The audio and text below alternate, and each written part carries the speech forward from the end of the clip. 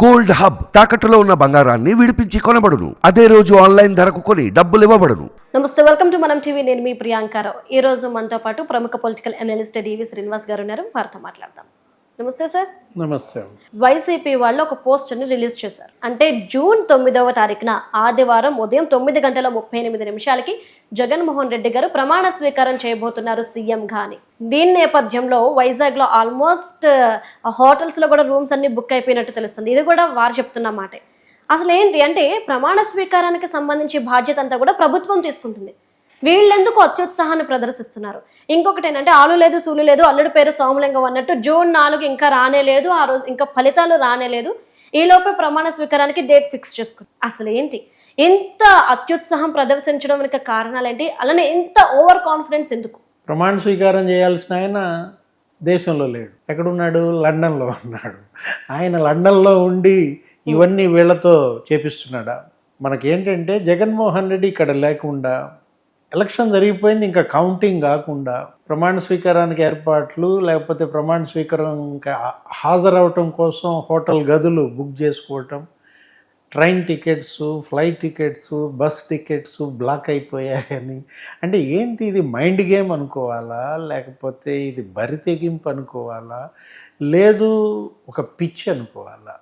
ఇప్పుడు ఎందుకంటే psycho fans పెరిగిపోయాయి. ఆంధ్రప్రదేశ్లోనే కాదు, అన్ని చోట్ల కూడా ఈ సైకో ఫ్యాన్సీ పెడధోరణులు ఇవన్నీ కూడా. గతంలో ఎంతమంది ముఖ్యమంత్రులు చేయలేదు? ఎన్ని ప్రమాణ స్వీకారాలు మనం చూడలేదు?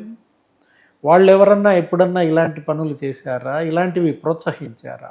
ఇదేంటంటే ఎప్పుడైతే నీకు పెడదోవ పట్టిందో ఈ సోషల్ మీడియా, లేకపోతే ఈ ఐప్యాక్, ఎవరికి వాళ్ళు వీరాభిమానులుగా మారి నేను ఇంకా కొత్త పోస్ట్ ఒకటి వదలాలా, నేను ఇంకా దానికన్నా ఇంకో అడుగు ముందుకేసి ఇంకో సెన్సేషన్ క్రియేట్ చేయాలన్నటువంటి ఒక తాపత్రయమో వెర్రితనమో ద్వారా వాళ్ళ నాయకుడికి గుంతదవుతున్నారు.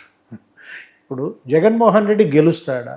గెలవడానికి బెట్టింగ్స్ జరుగుతున్నాయి. జగన్మోహన్ రెడ్డి ఓడిపోతాడు, కూటమి గెలుస్తుంది, 1,00,000 ఇస్తాం, 2 లక్షలు ఇస్తామన్నా వాళ్ళు ముందుకు రావటం లేదు. వైసీపీ వాళ్ళని మనం ఆ సత్తా మార్కెట్లో, ఆ బెట్టింగ్ ఫీల్డ్స్లో మనం చూస్తున్నాం కథనాలు.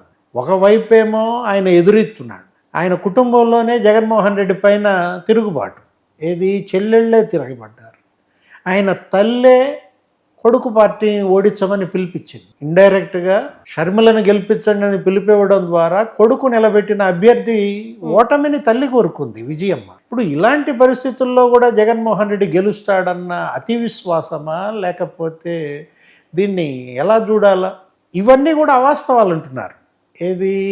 ఈ బస్ టికెట్స్ బ్లాక్ చేసింది, ఫ్లైట్ టికెట్స్, లేకపోతే ట్రైన్ టికెట్స్, అక్కడ హోటల్స్ గదులు కూడా 5,000 గదులు 9వ తారీఖు బుక్ అయిపోయాయని. వాస్తవం ఏంటని చూస్తే అక్కడ ఇంకా అసలు మామూలుగా ఉండాల్సినంత రద్దీ కూడా లేదు. ఇది వేసవి, అది పర్యాటక ప్రాంతం. అక్కడ అరకు ఆ ప్రాంతానికి చూడటానికి వెళ్తున్న దీంట్లో మామూలుగా బుక్ అవ్వాల్సినవి కూడా అవ్వలేదండి. అసలు 9వ తారీఖు ఇంకా 60% ఖాళీలు ఉన్నాయి. అందరూ అరకు వెళ్తున్నారు. ఇక్కడ మా హోటల్ గదులన్నీ ఖాళీగా ఉన్నాయని చెప్పి ఆ హోటల్స్ అసోసియేషన్ ప్రతినిధులు చెప్తున్నారు. వైసీపీ సోషల్ మీడియా ఏమో అవన్నీ బుక్ అయిపోయాయి, బ్లాక్ అయిపోయాయి, అసలు పోస్టర్ కూడా రిలీజ్ చేశారనో ఏదో అన్నారు. ముఖ్యమంత్రి ప్రమాణ స్వీకారోత్సవం అంటూ ఆయన ఫోటోతో సహా ఏదో పెద్ద దీంతో డిసెంబర్ ఇదేంటి 9వ తారీఖు జూన్ 9వ తారీఖు ఆదివారం ఉదయం 9:38 ముహూర్తం కూడా ముహూర్తం కూడా పెట్టుకున్నారు. జగన్మోహన్ రెడ్డి ప్రచార సభల్లో ఏమని చెప్పాడు? రెండోసారి నేను మళ్ళీ ప్రమాణ స్వీకారం చేస్తాను, విశాఖపట్నం నుంచే నా ప్రమాణ స్వీకారం ఉంటుంది అని ఆయన ప్రకటన చేశారు. పదే సభల్లో కూడా మాట్లాడారు. విశాఖపట్నంలో జగన్ గెలిస్తే అక్కడే ప్రమాణ స్వీకారం, అది వాస్తవమే. కానీ గెలుపే ఇంకా తెలియదు. ఏది? గెలుస్తాడా గెలవడా అనేది ప్రజా తీర్పు ఈవీఎంల్లో భద్రపరచబడి ఉంది. ఇలాంటి పరిస్థితుల్లో ఆయనన్న మాటను అర్థం చేసుకుని ఒక ప్రమాణ స్వీకారం ఎక్కడ చేశాడు? ఫస్ట్ ప్రమాణ స్వీకారం అమరావతిలో చేశాడు. అమరావతిలో ప్రమాణ స్వీకారం ఎఫెక్ట్ ఏమైంది? రాజధాని లేదు, అమరావతి సంకనాగిపోయింది అనమాట. అమరావతి పూర్తిగా అధోగతి పాలైన పరిస్థితుల్లో అక్కడ ప్రమాణ స్వీకారం అలా జరిగితే రెండో ప్రమాణ స్వీకారం విశాఖ అంటే విశాఖలు భయపడిపోయే పరిస్థితి. మళ్ళీ మాకేమవుతుందో అన్న భయం వాళ్ళలో. మొదటి ప్రమాణ స్వీకారం మొదటి అడుగు పడ్డ ప్రాంతమే అంత అధోగతి పాలైందే. ఇప్పుడు రెండో అడుగు పొరపాటును మీరు ఇక్కడ వేశారంటే విశాఖ బంగాళాఖాతంలో కుంగిపోతుందా?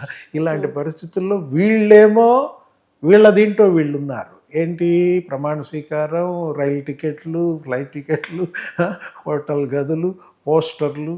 అసలు ఇంకొక విషయం ఏంటంటే 2-3 రోజుల క్రితం మేము వెళ్ళి అక్కడ మొత్తం షామియానాలు, అక్కడ చైర్స్ ఏర్పాట్లు కూడా చేస్తున్నామని చెప్పి ఒక నాయకుడు చెప్పినట్టుగా ముఖ్యమంత్రి ప్రమాణ స్వీకారం అది వైసీపీ అధ్యక్షుడి ప్రమాణ స్వీకారం కాదు. ముఖ్యమంత్రి ప్రమాణ స్వీకారం ఏర్పాట్లు చేసేది ప్రోటోకాల్, సాధారణ పరిపాలన శాఖ వాళ్ళు చేస్తారు, అంతేగాని వైసీపీ వాళ్ళు చెయ్యరు. ప్రమాణ స్వీకారంలో వీళ్ళు ఒక గెస్ట్ మాత్రమే. ఎవరు? వైఎస్ఆర్ కాంగ్రెస్ పార్టీ ప్రతినిధులు. ముఖ్యమంత్రి ప్రమాణ స్వీకారానికి అందరూ రావచ్చు, ప్రజలంతా రావచ్చు, అంతేగాని ఆ ఏర్పాట్లు ఏదో వైసీపీ చేసేస్తున్నట్టుగా బిల్డప్ ఇస్తే ఇవన్నీ మిస్ఫైర్ అవుతున్నాయి, బూమ్రాంగ్ అవుతున్నాయి. కానీ అది తెలుసుకోలేకపోతున్నారు. ఇప్పటికే కాలాల్సినంత కాలింది, చేతులు కాలేక ఆకులు పట్టుకుందామని. ఇక్కడ చేతులు కాదు, కాళ్ళు కాదు, ముఖం కాదు, ఒళ్ళంతా కాలిన పరిస్థితుల్లో వీళ్ళు ఏం పట్టుకోవాలి? ఏ ఆకులు వీళ్ళ కాలిన గాయాల నుంచి కాపాడగలదు? ఈ పోస్టర్లు కాపాడతాయా? ఈ సోషల్ మీడియా కాపాడుతుందా? ప్రజల్లో ఇప్పటికే అబాసు పాలైన పరిస్థితుల్లో, పొరుగు రాష్ట్రాల్లో నవ్వుల పాలైనటువంటి పరిస్థితుల్లో ఇంకెంత నవ్వుల పాలు చేస్తారు ఈ రాష్ట్రాన్ని, ఈ ప్రజల్ని? అంటే సార్ ఇప్పుడు 4వ తారీఖున జూన్ 4న రిజల్ట్, అక్కడ నుండి జూన్ 9 వరకు అంటే 5 రోజుల సమయం ఉంది. అంటే ఈ 5 రోజుల్లో కావాల్సిన ఏర్పాట్లు వీళ్ళు కూడా చేసుకోవచ్చు. ఎంత లేదన్నా వైఎస్ఆర్సీపీ పార్టీకి కూడా కొన్ని ఏర్పాట్లు చేసుకోవాల్సిన అవసరం అయితే ఉంటుంది. ఈ లోపు ఎందుకు తొందరపడాలి? ఎందుకంటే ఇప్పుడు హోటల్స్ చూసుకుంటే గనక కొన్ని హోటల్స్లో లేదండి ఇంకా రూమ్స్ వేకెన్సీ ఉంది అని చెప్పేసి అంటున్నారు. అంటే ప్రజలకు ఆ మాత్రం తెలియదా? మనం ఏం చెప్పినా నమ్మేసేంత గుడ్డి వాళ్ళ ఇప్పుడు ప్రస్తుతం ఉన్న ప్రజలు. వెర్రితలలు. ఇదేంటంటే వెర్రితలలు వేయటం అన్నమాట. ఇది జూన్ 4వ తారీఖు ఫలితాలు వీళ్ళకి వ్యతిరేకంగా వస్తే ఇప్పుడు సర్వేలన్నీ కూడా ఒక 20-25 సర్వేలు కూటమి ప్రభంజనం అని, తెలుగుదేశం, జనసేన, బీజేపీ గెలుస్తున్నాయని 110, 125 అట్లా ఇస్తున్నారు. అమిత్ షా ప్రకటించారు ఏమని, 118 సీట్లతో ఇక్కడ తెలుగుదేశం బీజేపీ అలయన్స్ గెలుస్తోంది అని చెప్పి. ఆయన యోగేంద్ర యాదవ్ చెప్పాడు. ఆయన ఏంటి, ఆ జాతీయ స్థాయిలో ఆయన సెఫాలజిస్ట్గా ఉన్నటువంటి ఆ యోగేంద్ర యాదవ్ ఏమని చెప్పాడు, 18 సీట్లలో ఎంపీ సీట్లు 18 ఇక్కడ తెలుగుదేశం, బీజేపీ, జనసేన కొడుతున్నాయని. మీ సర్వేలన్నీ ఈ విధంగా ఉంటే మీరు హోటల్స్ ఎవరికి బుక్ చేస్తున్నారు? వైసీపీ వాళ్ళకి బుక్ చేస్తున్నారా, లేకపోతే తెలుగుదేశం వాళ్ళకి బుక్ చేస్తున్నారా? ఏదేమైనా టీడీపీ వాళ్ళైతే అమరావతిలోనే మేము ప్రమాణ స్వీకారం చేస్తామంటూ అయితే కూటమి అయితే చెప్పేసింది. చంద్రబాబు కూడా ప్రకటించారు ఏంటి, అమరావతిలోనే మా ప్రమాణ స్వీకారం ఉంటుంది. అక్కడ వాళ్ళేమీ ఇవ్వట్లా, వాళ్ళేమీ బుక్ చేసుకోవట్లా. అక్కడి నుంచి మనకి ఫ్లైట్ బుకింగ్స్, ట్రైన్ బుకింగ్స్ అమరావతికి వస్తున్నాయి, ఏమి మనం ఏమి వార్తలు వినట్లేదు. ఇదేంటంటే ఒట్టి గొడ్డుకి అరుపులు ఎక్కువని, ఒట్టి గొడ్డు అరుపులుగా చూడాలా? Thank you so much sir. నమస్తే.